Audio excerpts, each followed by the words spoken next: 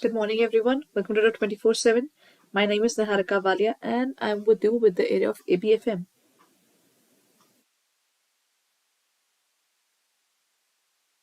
Okay, so first question comes: am I audible as well as visible?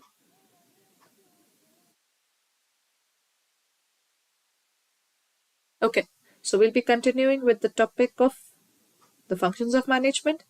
So let's begin with it.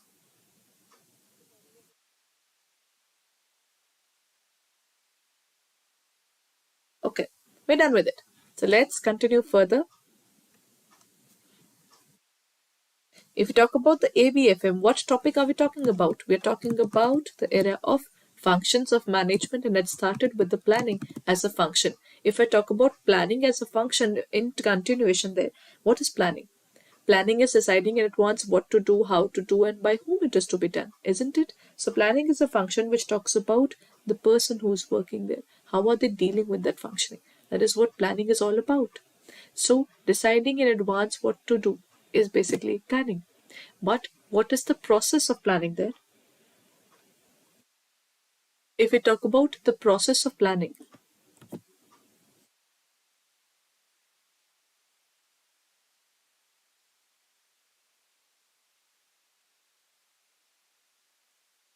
in terms of process of planning, how do we work? In terms of the process, the very first thing that comes is setting objectives. First of all, we decide what we are doing. We plan in advance what is the objective. Then we develop the planning premises. There we have certain assumptions and we work towards those assumptions in a proper manner. That is what developing planning premises is all about. See, everything cannot be variable and not everything cannot be stable there. Whenever we are having planning in terms of plans, we assume a few things that would be stable. For example, I assumed if I'm going to have the class in the morning, the net is going to be okay. I assume that there won't be an electricity issue there. I assume that water would be working just fine. I assume that whatever class we're having, the equipments are going to be working there. These things are going to be the same. Variable part can be at what point of time we'll start the class, what are we dealing with today, what is the topic that we're talking about. That is developing planning premises. Then we identify the alternative courses of action. See, to achieve the goal, we cannot have only one way of achieving it.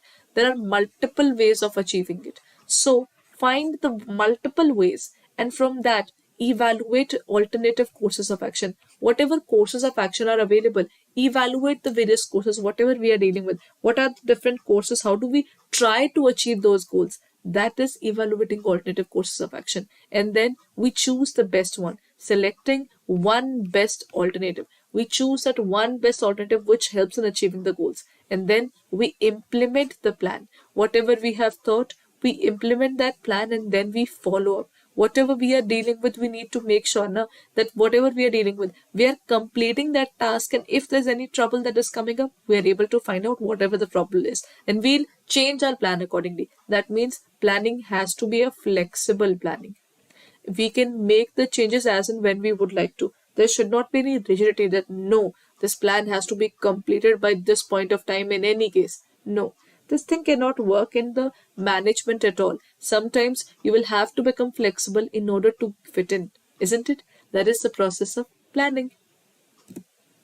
Okay, now when we talk about the premises basically means the assumptions. It can be external premises. For example, let's talk about it. If do you know recently there are many alcohol-based organizations who are involved in selling alcohol are being closed down in the areas near the vicinity of temples and all. Especially this has happened in Vrindavan and I think there's one more area in UP there, and then in area of Gujarat it has always been banned, right? So whatever happens there, whatever they're dealing with, that's basically their political, or you can say we can say it would be legal. It would be a legal factor which determines whether the organization is going to continue there or not. That means we assume that if I'm basically an alcohol seller, then in terms of the legal working, I am still functioning. That is what the working is all about. It is assumed that the organization will not have a problem in terms of the legal working at all.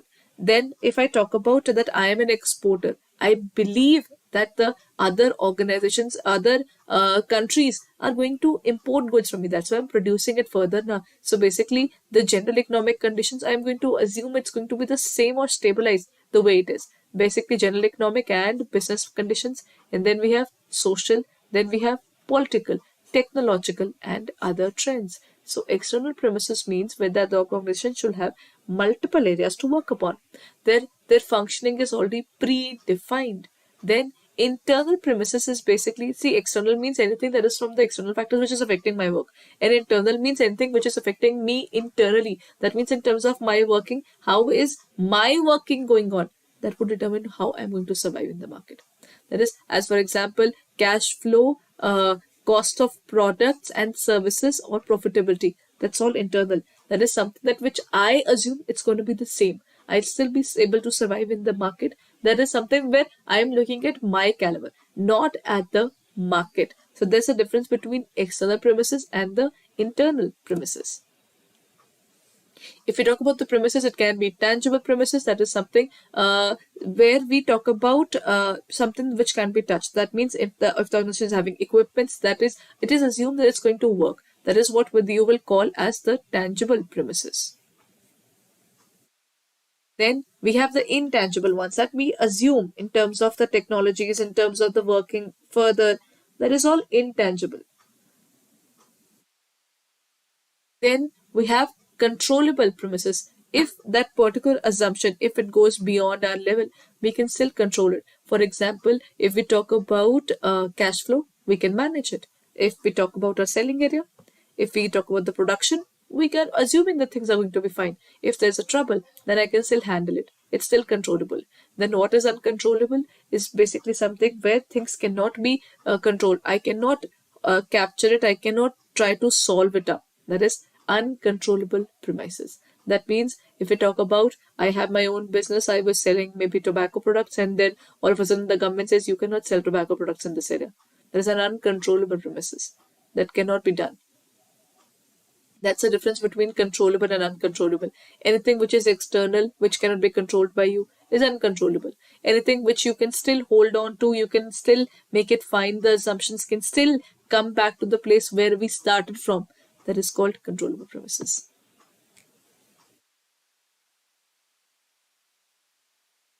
Now, what is the importance of planning, everyone? Why is planning so important?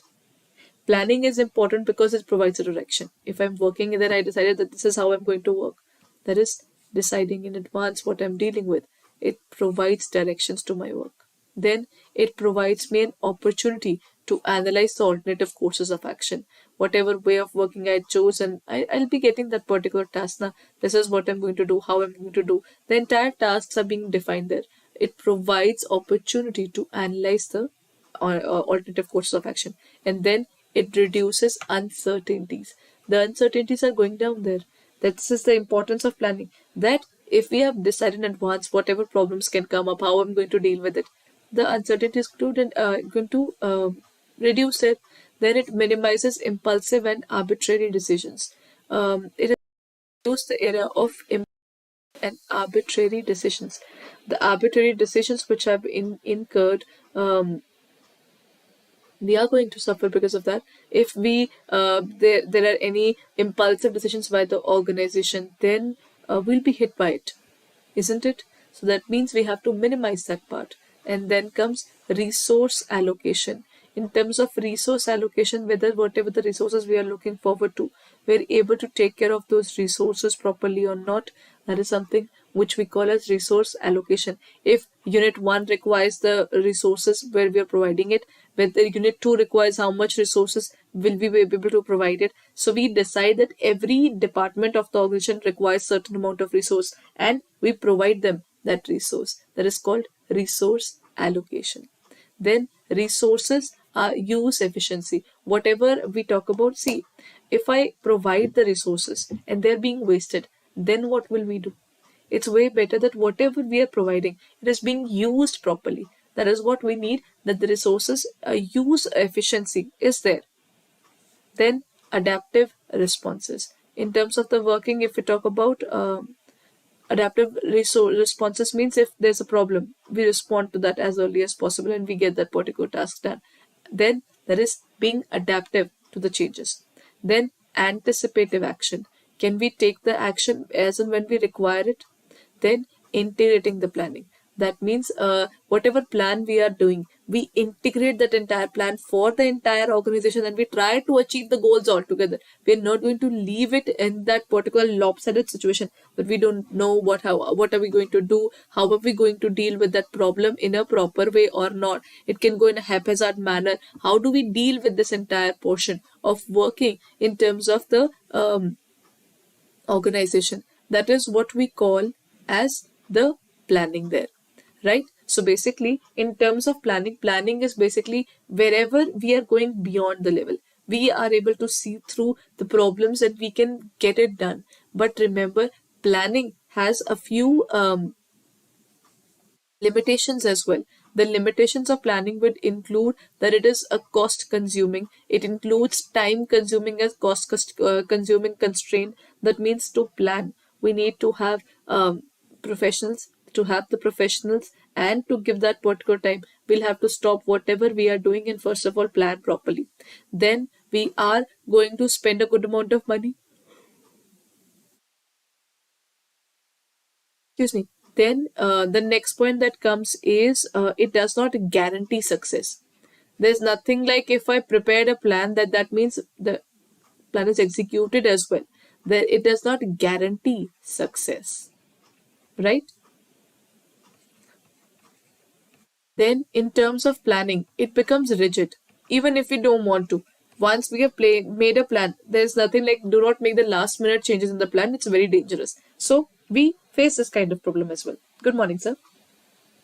That is what we talk about the area of the planning there. It is basically cost consuming. It does not work in a dynamic environment. Always remember the planning will never work in a dynamic environment. Why so? Because if we are working in terms of major changes, it will never work. If the organization is having major problems, then even if you would like to, the dynamic environment will never allow to have you a proper plan. You'll have to go through the sudden plan changes and further details because you cannot afford to remain rigid in the market. Nokia became rigid in the market. They thought that they could survive the market. They didn't. Ultimately, they faced major problems and ultimately they were wiped off by the new organizations which were ready and open to changes.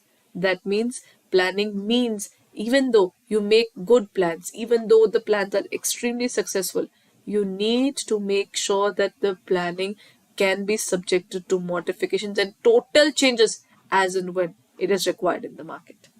Right? Okay, based upon this, here comes the first question, everyone. It says that the mobile company has many alternatives like reducing price, increasing advertising and promotion, after sales services. The step of planning process highlighted here above is it identifying alternate courses of action? Is it developing planning premises or setting objectives or implementing the plan? If I talk about this is what exactly?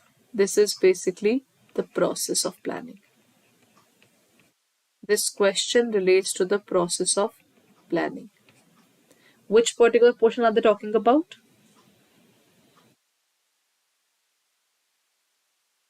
The mobile company has many alternatives. They have got different alternatives to look forward towards the working. It can be if I would like to increase my profit, then I can reduce the price. If I want to get into the market there, I can increase my advertising cost so that everybody knows about my products. Then after sales services are good, then people would love to buy the product. Then it is basically identifying the alternative courses of action. So we decide various courses of action and then we pursue further according to it. So it is A. We found out that we have A course of action, we have B course of action, we have C as well as D. We choose the best one and we implement it in the organization. That is what we define as identifying alternative courses of action. Next question. Dash are general statements that explain how a manager should attempt to handle routine management responsibilities, procedure, policies, budget, and rule.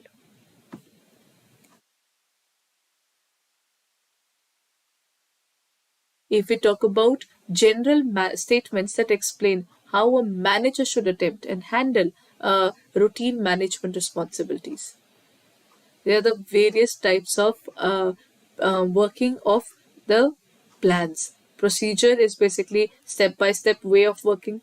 Policies is basically the internal way of working. Budget is basically deciding in advance about the money. And rule is basically a stubborn and simple term where it says this is to be done, this is not to be done. The correct answer is policies. It's an internal affair of the organization. If they decide that it's a policy that after 60 years there's a retirement, that's a policy, right?